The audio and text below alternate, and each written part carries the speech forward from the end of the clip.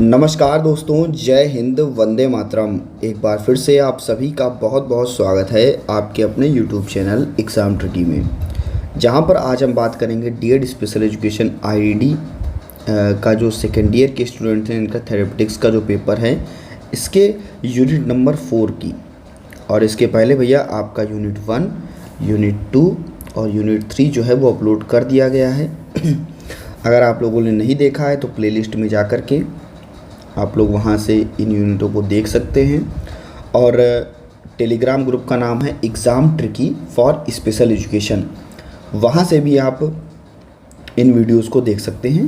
वहाँ पर भी लिंक जो है वो शेयर कर दी जाती है। साथ ही साथ जितने भी हमारे भाई बहन यहाँ पर जुड़े हुए हैं अपने सभी मित्रों तक वीडियो को ज़्यादा से ज़्यादा शेयर कर दीजिएगा। और चैनल पर पहली बार हैं सब्सक्राइब करने के बाद में बेल आइकन में ऑल का ऑप्शन प्रेस कर लीजिएगा। हम बात करते हैं आज यूनिट 4 में। तो यूनिट 4 में आपका दिया गया है जो भी आपके बौद्धिक दिव्यांग बच्चे हैं यानी कि इंटेलेक्चुअल डिसेबिलिटी वाले बच्चे हैं, इन छात्रों की समस्या व्यवहार का प्रबंधन किस प्रकार से किया जाएगा। एक तो आप लोगों ने पिछली बार जब आपका पेपर नंबर 4 था वहाँ पर आप लोगों ने बच्चों की समस्या व्यवहार का प्रबंधन किया था। अगर आपको वो याद है तो आप वो भी लिख सकते हैं, है ना। और अगर हम बात करते हैं यहाँ पर बौद्धिक अक्षम बच्चों के लिए ना, वो समस्या व्यवहार प्रबंधन आपको यूनिट 5 में देखने को मिला था, है ना। चाइल्ड डेवलपमेंट की जो कॉपी थी यूनिट 5 की, वहाँ पर आपको देखने को मिला था, आपने पढ़ा होगा। अगर आप वैसे समस्या व्यवहार प्रबंधन करना चाहते हैं तो आप उस तरीके से लिख सकते हैं। बाकी यहाँ पर जो आपको बताया जाएगा अगर आपको ऐसे लिखना है तो आप ऐसे भी लिख सकते हैं। हम बात करते हैं जो हमारे सामान्य व्यवहार या जो भी हमारे बौद्धिक अक्षमता वाले बच्चे हैं, इनके लिए सीखने, सामाजिकरण और जीवन की गुणवत्ता में हस्तक्षेप करना बहुत ज़रूरी, क्योंकि जो भी समस्या व्यवहार है उसको प्रभावी ढंग से प्रतिबंधित किया जाए और बच्चे के लिए जो आसपास के वातावरण हैं या जो भी परिणाम है उनको सुधारा जाए। इनके लिए जो इनकी सहायक रणनीतियाँ हैं, है ना, जो इनकी सहायक रणनीतियाँ हैं उस पर जोर दिया जाए और बच्चे को बेहतर बनाया जाए। इसके पहले क्या होगा, बच्चे के कार्यात्मक व्यवहार का मूल्यांकन करेंगे।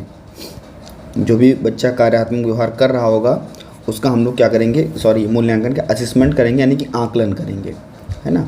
उसका हम लोग क्या करेंगे, सबसे पहले आकलन करेंगे, उसके कार्यात्मक व्यवहार का क्या करेंगे, आकलन करेंगे। यानी कि जो भी कारण हैं उनको जानेंगे, उसके समस्या व्यवहार को परिभाषित करेंगे और समस्या व्यवहार किन कारणों से है उसको पहचानने में मदद मिलेगी।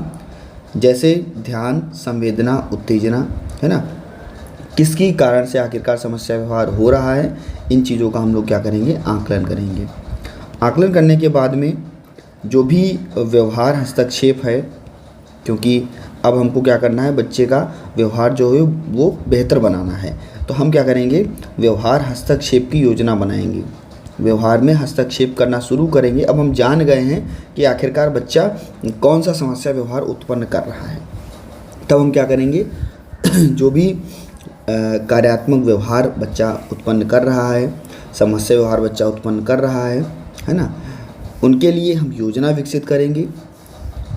उन योजनाओं में बच्चे की उस समस्या व्यवहार को कैसे प्रतिबंधित किया जा सकता है, उन रणनीतियों को देखते हुए कह सकते हैं कि जो भी कार्य नीतियाँ हैं उनको शामिल करेंगे।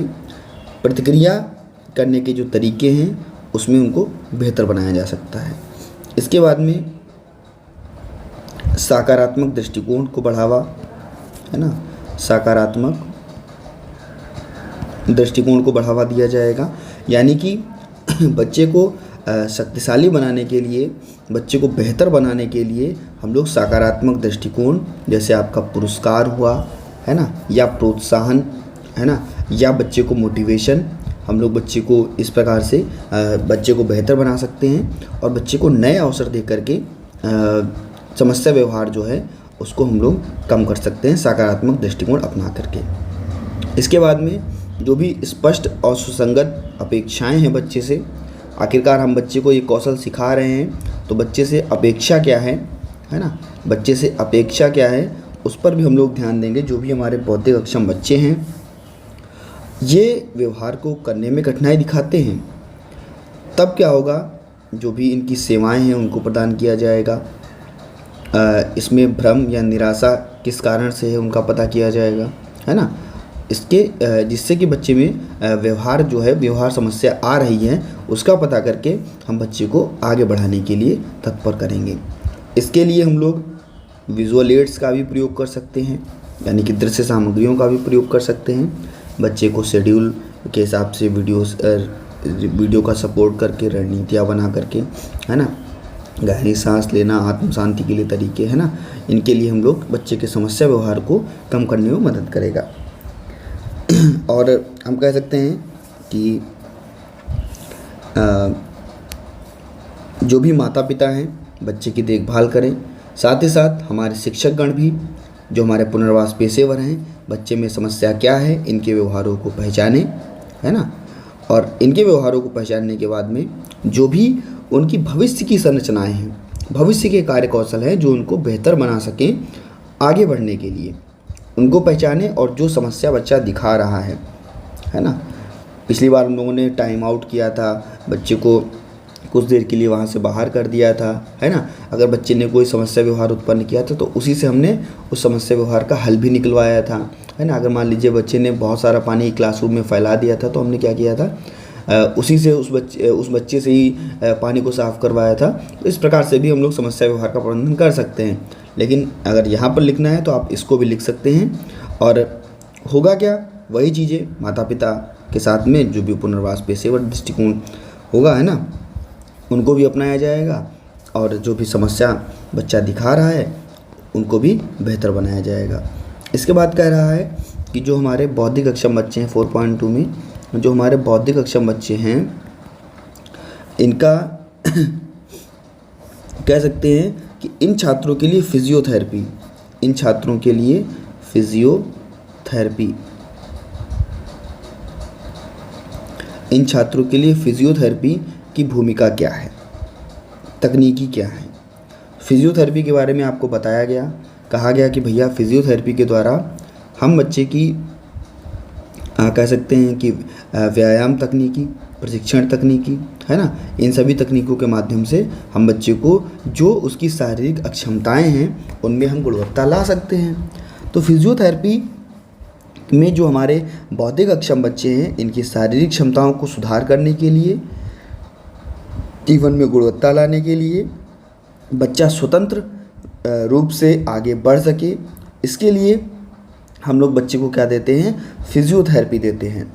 अगर शरीर में कोई भी अक्षमता है तो उसमें सुधार किया जा सके, उस अक्षमता को कह सकते हैं कि बेहतर बनाया जा सके, उनको बच्चों को कार्य करने में सक्षम बनाया जा सके। इसके लिए जो भी हमारे इंटेलेक्चुअल डिसेबिलिटी वाले बच्चे हैं इनके लिए फिजियोथेरेपी की प्रासंगिकता अक्सर हमें देखने को पाते हैं कि जो भी हमारे शारीरिक स्वास्थ्य और जो समस्या के बच्चे हैं, खास करके इनका मोटर कौशल जो होता है, यानी कि हाथ से करने वाली क्रियाएं, काम से करने वाली पैर से चलने वाली क्रियाएं, है ना, ये सारी जो होती हैं वो काफ़ी धीमी होती हैं। मांसपेशियों में जो तनाव है वो कम होता है ना, बिगड़ा हुआ समन्वय होता है ना, संतुलन बच्चे खो देते हैं, चल नहीं पाते। तो उनकी स्वास्थ्य की भलाई के लिए, उनको महत्वपूर्ण और प्रभावित ढंग से चीज़ों को देने के लिए, उनको स्वतंत्र रूप से चलने फिरने के लिए, है ना, हम लोग किसका प्रयोग करते हैं, फिजियोथेरेपी का प्रयोग करते हैं। शारीरिक स्वास्थ्य चिंता को दूर किया जाएगा और व्यक्तियों की शारीरिक विकास को बढ़ावा दिया जाएगा। फिजियोथेरेपी के द्वारा सामाजिक, भावात्मक, संज्ञानात्मक क्षमता जो है वो बढ़ेगी और गुणवत्ता में क्या है, सुधार किया जाएगा, गुणवत्ता में सुधार लाया जाएगा। इसके बाद में हम बात करते हैं फिजियोथेरेपी की भूमिका की। हमारे जो बौद्धिक अक्षम बच्चे हैं इनमें फिजियोथेरेपी की भूमिका क्या है, तो हम कहेंगे जो भी हमारे बौद्धिक अक्षम बच्चे हैं, इनको प्रतिबंधित करने के लिए व्यक्ति की ज़रूरतों और लक्ष्यों को ध्यान में दिया जाएगा, रखा जाएगा। फिजियोथेरेपी का प्राथमिक लक्ष्य आईडी वाले बच्चों की शारीरिक कार्यप्रणाली का सुधार करना है।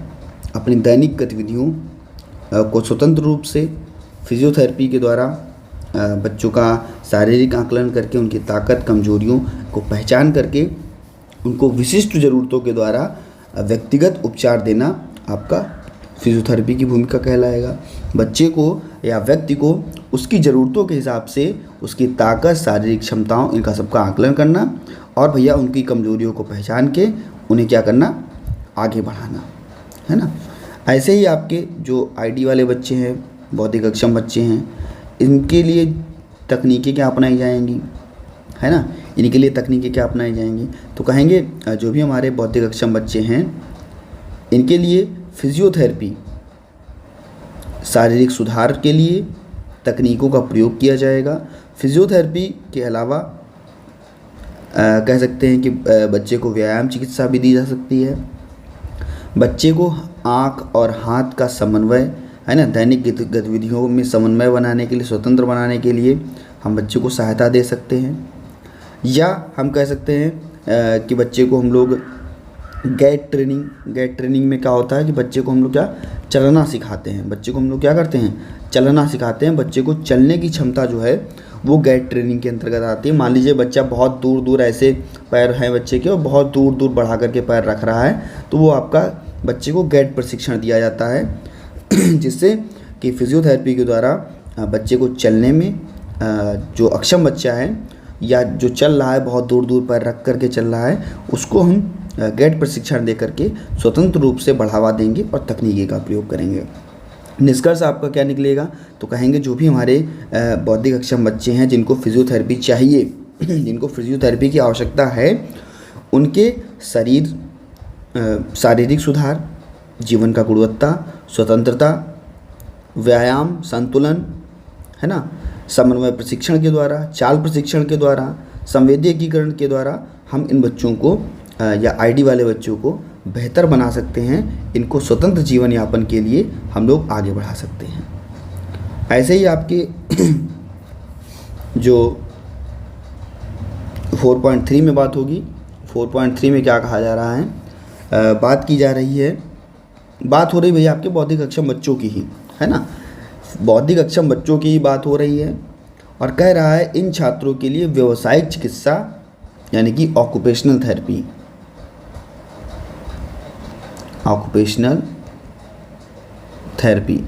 है ना, ऑक्यूपेशनल थेरेपी की बात कर रहा है। ऑक्यूपेशनल थेरेपी देकर के इनका हम लोग संवेदी एकीकरण यानी कि सेंसरी, है ना, सेंसरी इंटीग्रेशन इन बच्चों का कैसे कर सकते हैं, किन तकनीकों के माध्यम से हम बच्चों का सेंसरी इंटीग्रेशन कर सकते हैं, संवेदी प्रसंस्करण कर सकते हैं। तो कहेंगे जो भी हमारा व्यवसायिक चिकित्सा है उसके लिए संवेदी प्रसंस्करण जो भी हमारे आईडी वाले बच्चे हैं, है ना, इनके लिए आवश्यक घटक के रूप में, जहाँ पर बच्चों की दैनिक गतिविधियों के क्रियाकलाप में उन्हें स्वतंत्र बनाना है और जो उनकी ज़रूरतें हैं, स्व देखभाल, अवकाश, है ना, शैक्षिक गतिविधियाँ, इनमें बच्चे को बेहतर बनाना। अगर बच्चे में कोई भी हानि है तो छात्र स्पर्श ध्वनि संवेदी जानकारी इन बच्चों को होनी चाहिए, जिससे कि बच्चे सीखने के व्यवहार में बढ़ावा उनको मिल सके। इसके लिए जो भी व्यावसायिक तकनीकी है उसको अपनाया जाएगा। व्यावसायिक तकनीकों में अगर हम कहें कि अनुकूलित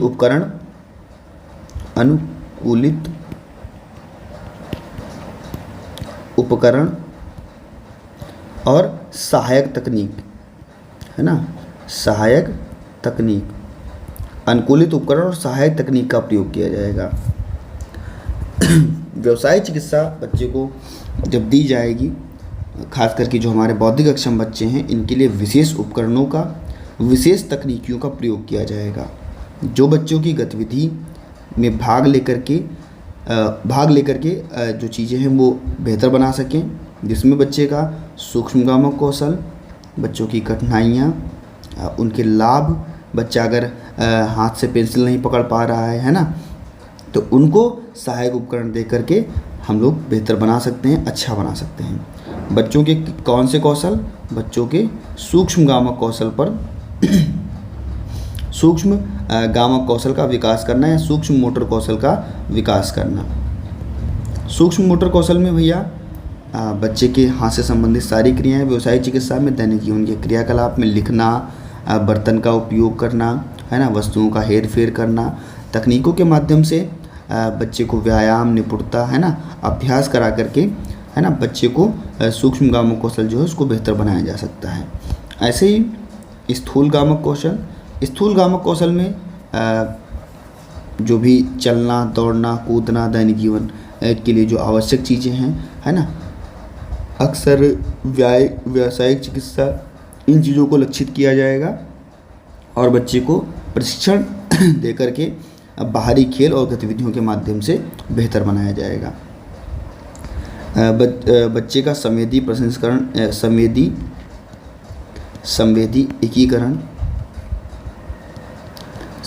एकीकरण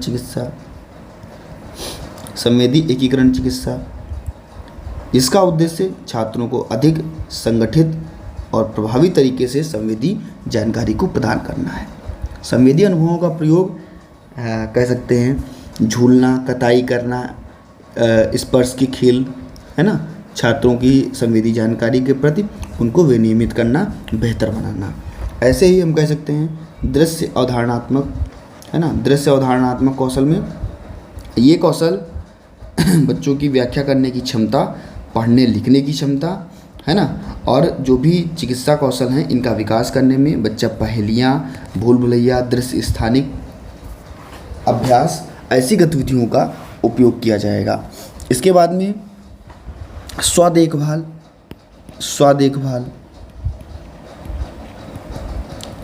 देखभाल कौशल में बच्चे की ड्रेसिंग करना, जिसमें बच्चा स्वयं की देखभाल स्वतंत्र रूप से कर सके। तो बच्चा ड्रेसिंग कैसे करेगा, कह सकते हैं बच्चा ग्रूमिंग कैसे करेगा, बच्चा मतलब सजेगा कैसे, संवरेगा कैसे, है ना, स्वतंत्र रूप से इसकी आवश्यकता होती है। बच्चा अपनी ड्रेस को पहने, अपने कपड़ों को पहने, अपने बाल अच्छे से बना ले, है ना, सजे संवरे अच्छे से, जो भी श्रृंगात्मक चीज़ें हैं वो कैसे करेगा। तो इसमें भी बच्चे के लिए स्व देखभाल कौशल में बच्चा स्वयं की देखभाल, इसमें भी व्यवसायिक चिकित्सा पर ध्यान केंद्रित किया जाएगा।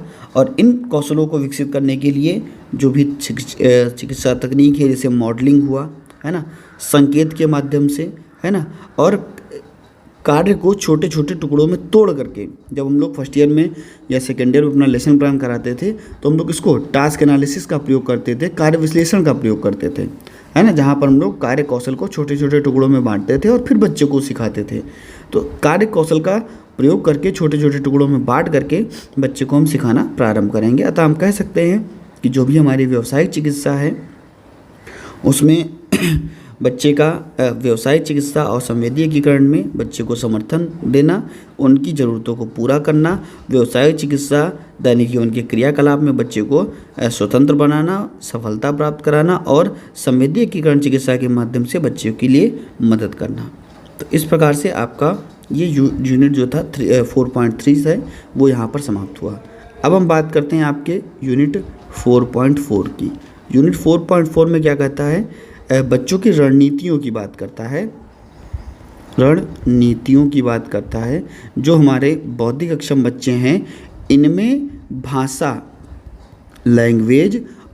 भाषा और भाषण, लैंग्वेज और स्पीच की रणनीतियों की बात करता है कि हम इन बच्चों की लैंग्वेज और स्पीच कैसे बेहतर बनाएंगे, बच्चे की भाषा और भाषण जो है वो कैसे बेहतर बनाया जाएगा, इसकी बात करता है। तो हम कहते हैं कि भैया बच्चे जो हमारे बौद्धिक अक्षम बच्चे हैं आमतौर पर ये बच्चे भाषा और भाषण में काफ़ी कठिनाई महसूस करते हैं, कौशल इनका काफ़ी ख़राब होता है। इसके लिए हम लोग क्या करते हैं कि बच्चे को हम लोग इन कौशलों को कराने के लिए बच्चे को हम क्या देते हैं, स्पीच थेरेपी देते हैं, है ना। इन बच्चों को हम लोग कौशल सिखाने के लिए क्या देते हैं, स्पीच थेरेपी देते हैं। यहाँ पर जो भी स्वास्थ्य पेशेवर होंगे, संचार और विकारों को करने में कठिनाई, है ना, जो भी व्यक्ति हैं उनकी संचार क्षमता, समग्र भाषा, भाषा कौशल, इनको सुधारने में सहायता, और जो भी व्यक्ति हैं इनके भाषा संबंधी विकार, दोनों के बीच में अंतर, है ना, इसमें महत्वपूर्ण पहचान देखने को मिलती है। बच्चा अभिव्यक्त नहीं कर पा रहा है, प्रवाह से बोल नहीं पा रहा है, आवाज़ों को समझ नहीं पा रहा है, ध्वन्यात्मक विकार यानी कि शब्द कुछ और बोलो सुन कुछ और रहा है ना, इसमें कठिनाई देखने को मिलती है। दूसरी ओर भाषा में बच्चा भाषण की ध्वनियाँ, उच्चारण वाले शब्द, है ना, इन शब्दों को सही से नहीं पहचान पाता, उनके नियमों और प्रतिक्रियाओं को समझने में कठिनाई होती है। अक्सर हम कहें कि व्याकरण का उपयोग करने वाले जो बच्चे हैं इनकी समस्या जो है वो शामिल होती है, और जो भी आमतौर पर अभिव्यंजक हैं, है ना, समस्या समाधान या ग्रहणशील भाषा है ना, भाषा विकार है, इसमें विकृति भी देखने को मिलती है। जो हमारे बौद्धिक अक्षम बच्चे हैं इनको सीखने या निर्देशित करने के लिए, बोले जाने वाली भाषा और भाषा को समझाने के लिए हम लोग लिखित रूप से जो मौखिक रूप से जो भाषा होगी उसके विचारों को, और गैर मौखिक भाषा है उसके संचार को हम लोग समझने का प्रयास करते हैं। जैसे बच्चे अपने चेहरे की अभिव्यक्ति से भी, सामाजिक शिष्टाचार से भी बच्चे अपनी भाषण को करते हैं, स्पीच को बनाते हैं। बच्चे संचार की गतिविधियों से भी सहायता लेकर के जो भी सहायक उपकरण हैं इनका प्रयोग करते हैं। ऐसे ही आपका जो स्पीच थेरेपी है इसको भी यहाँ पर शामिल किया जाएगा, है ना, स्पीच थेरेपी को यहाँ पर शामिल किया जाएगा। यानी कि जो भी बौद्धिक अक्षम बच्चे हैं इनको चिकित्सा के लिए जो भी सामाजिक शिक्षा और चिकित्सा इतिहास है इसकी पृष्ठभूमि को साथ साथ भाषा और भाषण इनके वर्तमान स्तर कामकाज को शामिल किया जाएगा, और इनके लिए जो भी मानकीकृत उपकरण हैं इनका प्रयोग किया जाएगा। आधारभूत तरीके से बच्चों की ज़रूरतें क्या हैं इनके औपचारिक मूल्यांकन को प्राप्त किया जाएगा, जिसका उद्देश्य चिकित्सा लक्ष्यों को तैयार करना और स्पीच थेरेपी, जिसके लिए माता पिता भी यहाँ पर भागीदारी करवाई जाएगी, और बच्चों के सुधार में बच्चों को कह सकते हैं कि आगे बढ़ाया जाएगा। बच्चों को जो भी कौशल हैं बच्चों में जहाँ पर बच्चा विशिष्ट रूप से विकार और कठिनाइयाँ महसूस कर रहा है उस संचार में भी बच्चे को बेहतर बनाया जाएगा। भाषण की चिकित्सा यानी कि स्पीच की चिकित्सा, है ना, और ग्रहणशील भाषा हम लोग अगर इसकी बात करें तो भाषण चिकित्सा आँखों से संपर्क बनाने, बुनियादी भाषा का उपयोग करने और व्यक्ति की शब्दावली का विस्तार करने, इन सभी के लिए भैया किसका प्रयोग होता है, आपकी भाषा चिकित्सा का प्रयोग होता है, जहाँ पर बच्चा दृश्य संकेतों को शामिल किया जाए। ग्रहणशील भाषा चुनौतियों में जो भी हाव भाव हुआ, चित्र हुआ, है ना, इसमें बच्चे के लिए ग्रहणशील भाषा के लिए स्पीच थेरेपी बच्चे को दी जाए, और कह सकेंगे कि बच्चे का निर्देशन और अवधारणाओं को मजबूत किया जाए और पहचानने में मदद की जाए।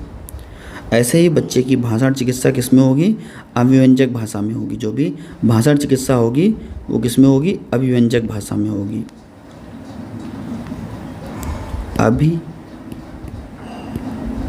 अभिव्यंजक भाषा में, तो अभिव्यंजक भाषा में जो भी बातचीत है इसमें निरंतर जुड़ाव, जो बच्चे की में कठिनाइयाँ है उसमें सुधार किया जाएगा।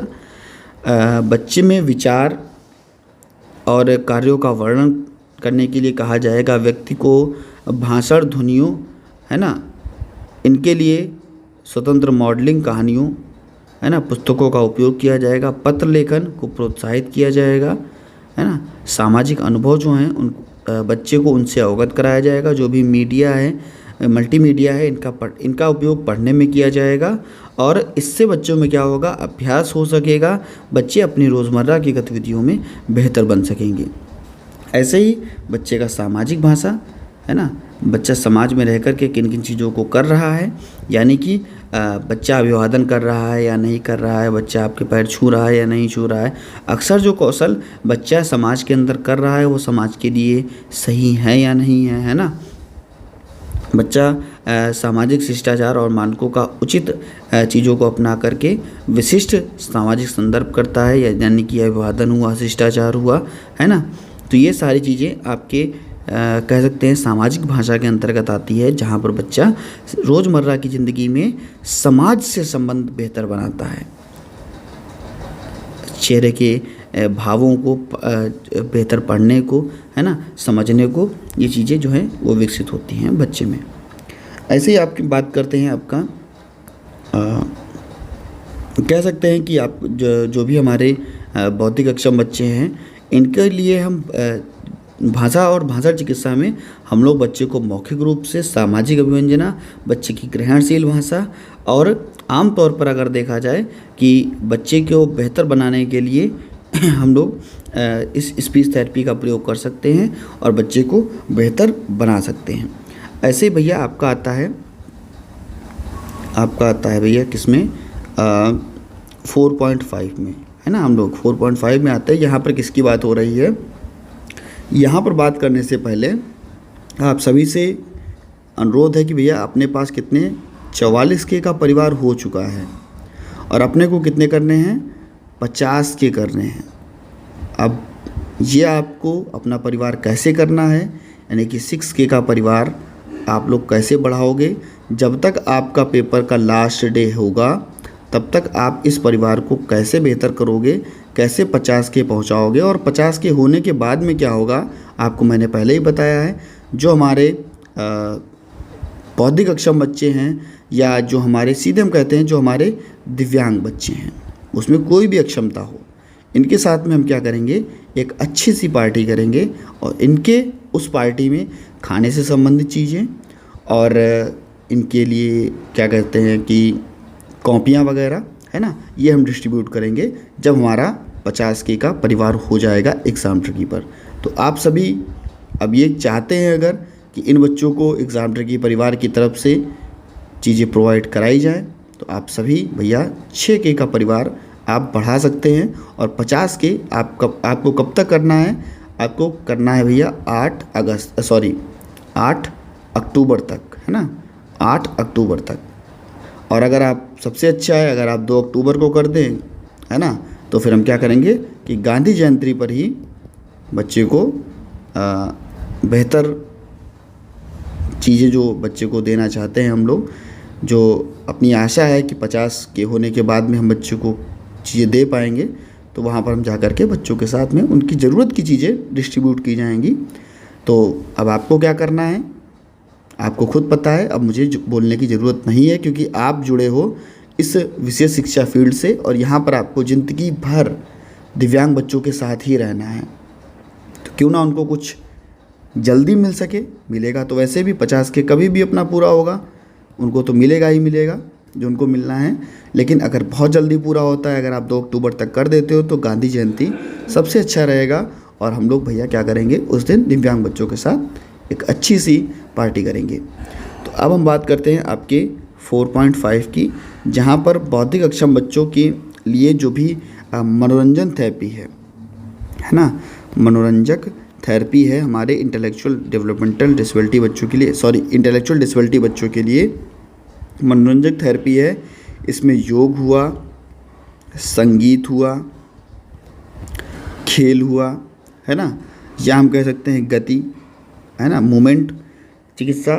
तो इसके बारे में हम लोग बात करेंगे। बौद्धिक अक्षम बच्चे खास करके कार्यात्मक प्रदर्शन, चाहे वो संचार हो, व्यवहार हो, किसी चीज़ का अनुकूलन हो, भौतिक स्थितियाँ हो, बच्चे की संज्ञानात्मक प्रतिक्रियाएं हैं, इनमें हमें सब में संशोधन करने की आवश्यकता है, क्योंकि इनमें बच्चा बहुत पिछड़ापन महसूस करता है। इसके लिए व्यक्तिगत योजनाएं बनाना, उन योजनाओं को लागू करना, हम कह सकते हैं कि मनोरंजन चिकित्सा में बच्चे की शारीरिक और भावनात्मक बाधाओं को पहचान करके हम उनको दूर कर सकते हैं। जो भी उसके लिए सहायक तकनीकियाँ होंगी उनको कह सकते हैं बेहतर बना सकते हैं उनके द्वारा, और उनका संशोधन करके वैकल्पिक तरीके से बच्चे को मौजूदा जो बच्चा है उस बच्चे को हम लोग बेहतर बनाएंगे और भागीदारी और समावेशन के अवसर जो है वो बच्चे को मिल पाएँ। मनोरंजन गतिविधि में जो भी हमारे बौद्धिक अक्षम बच्चे हैं इनके तनाव को कम किया जा सकता है। एक योग करा करके, संगीत बच्चे को सुना करके, है ना, खेल करा करके बच्चे को तनाव को कम किया जा सकता है। बच्चा जो प्रदर्शन की बाधाएं उत्पन्न कर रहा है उन बाधाओं को कम किया जा सकता है और बच्चे की रुचि के अनुसार चीज़ों को शामिल करके हम बच्चे के अनुभव को बेहतर बना सकते हैं। एक अच्छा सकारात्मक माहौल तैयार कर सकते हैं। इसके लिए हम लोग क्या करेंगे, जो भी हस्तक्षेप करेंगे उसमें कौन कौन सी चीज़ें आएंगी, है ना, उसमें आएंगी बच्चे की संज्ञानात्मक प्रशिक्षण, बच्चे का तनाव प्रबंधन प्रशिक्षण, बच्चे का व्यवहार परामर्श, बच्चे का खेल कौशल, है ना, और जो भी सामुदायिक एकीकरण है उस पर हम लोग बात करेंगे कि 1-to-1 कम्युनिकेशन हम बच्चे की कैसे कर सकते हैं और बच्चे को हम शारीरिक प्रशिक्षण कैसे दे सकते हैं, है ना, संगीत के माध्यम से, डांस के माध्यम से हम लोग बच्चे को दे सकते हैं।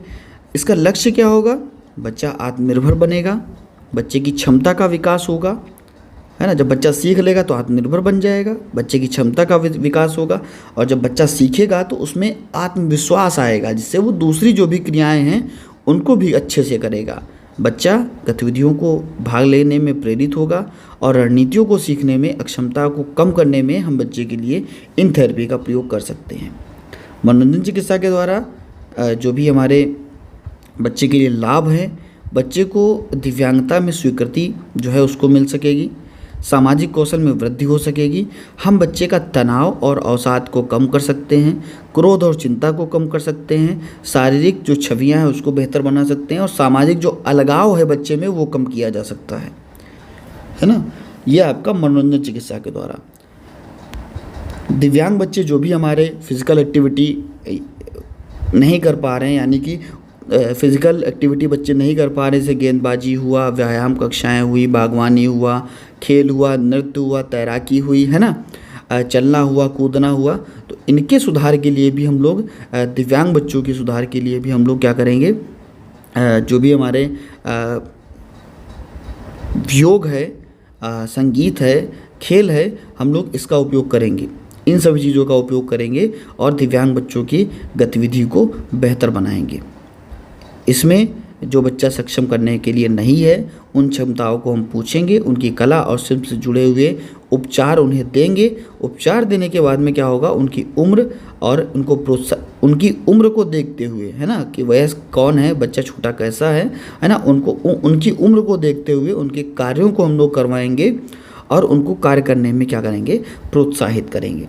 इसके लिए अगर हम बात करें कि अगर बड़े बच्चों की अगर बच्चे को हमें व्यावसायिक चिकित्सा सिखानी है ना, तो बच्चे को लिफाफा बनवाना हुआ, शिल्पकला बनवानी हुई, कागज़ की लुगदी बनवानी हुई, है ना, और रचनात्मक खिलौने हुए, पेंट से सजाना हुआ या कपड़े को बनाना हुआ, इस प्रकार से हम बच्चे को बेहतर बना सकते हैं, है ना, इन कार्यों में हम बच्चे को बेहतर बना सकते हैं। ऐसे ही आपके संगीत में भी बच्चा क्या करेगा, अगर बच्चा बोल नहीं पा रहा है सही से, है ना, तो उसमें हम क्या करेंगे, बच्चे को संगीत दिखा करके बहुसंवेदनाओं के माध्यम से, श्रवण हुआ, दृश्य हुआ, चीज़ों को दिखा करके, सुना करके, है ना, इन चीज़ों के माध्यम से हम बच्चे की याददाश्त को मजबूत कर सकते हैं।